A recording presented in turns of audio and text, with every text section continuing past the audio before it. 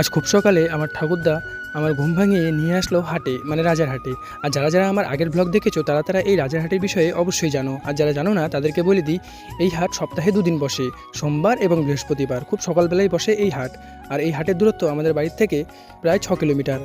ঠাকুরদা তো আগে এই হাটে সাইকেলে করেই আসতো, তবে এখন আসতে পারে না কারণ বয়স হয়ে গেছে, তো তাই আমাকে সকালবেলা ঘুম থেকে ওঠালো যে চল বাইকে করে আমাকে নিয়ে যা, বাড়ির জন্য অনেক কিছু জিনিস কিনতে হবে। তারপর এখান থেকে ঠাকুরদা লঙ্কা নিয়ে নিল পাইকারি রেটে। লঙ্কা নেওয়ার পর আমরা এখন যাব হাটের ভিতরে, কারণ আমাদেরকে আরও অনেক কিছু জিনিস কিনতে হবে। আর দেখো বন্ধুরা, হাটের ভিতরে কিন্তু সেরকম লোক নেই, মানে সেরকম মানুষের ভিড় নেই।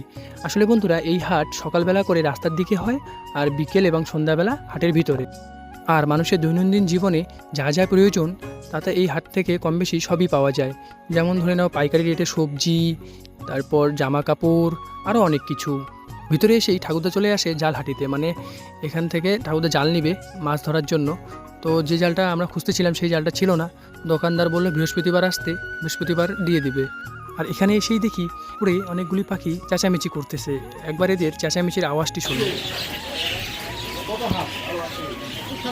শুনতেই পেলে পাখিদের চেঁচামেচি। তারপর ঠাকুরদা তো আমাকে একটা দোকানে বসিয়ে দিয়ে চলে গেল, কি যেন আনতে গেল। আমাকে বললো যে এখানে তুই বস, আমি আসতেছি। তো এখানে আমি অনেকক্ষণ ধরেই বসে আছি, ঠাকুরদার কোনো পাত্তা নেই। তো আমারও আর ভালো লাগছে না, দেখি যে বুড়োটা কই গেল। তাই আমিও বেরিয়ে পড়লাম বুড়োটাকে খোঁজার জন্য, যে দেখি কোথায় গেল আমাদের বুড়োটা। হারিয়ে গেলে পরে সমস্যা হয়ে যাবে এই হাটের মধ্যে।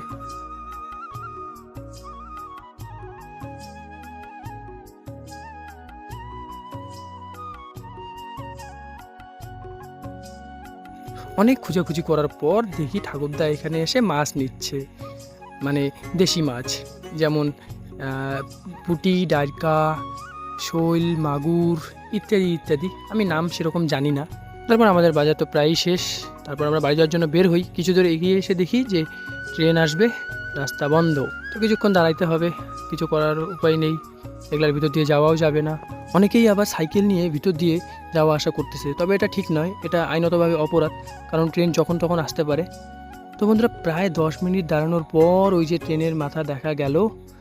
তো ট্রেনও চলে আসছে, আর সেই খুব সকালে এসেছি, প্রচণ্ড পরিমাণে খিদে পেয়ে গেছে আমার। বাড়ি যাই আগে আমাকে খাওয়া দাওয়া করতে হবে।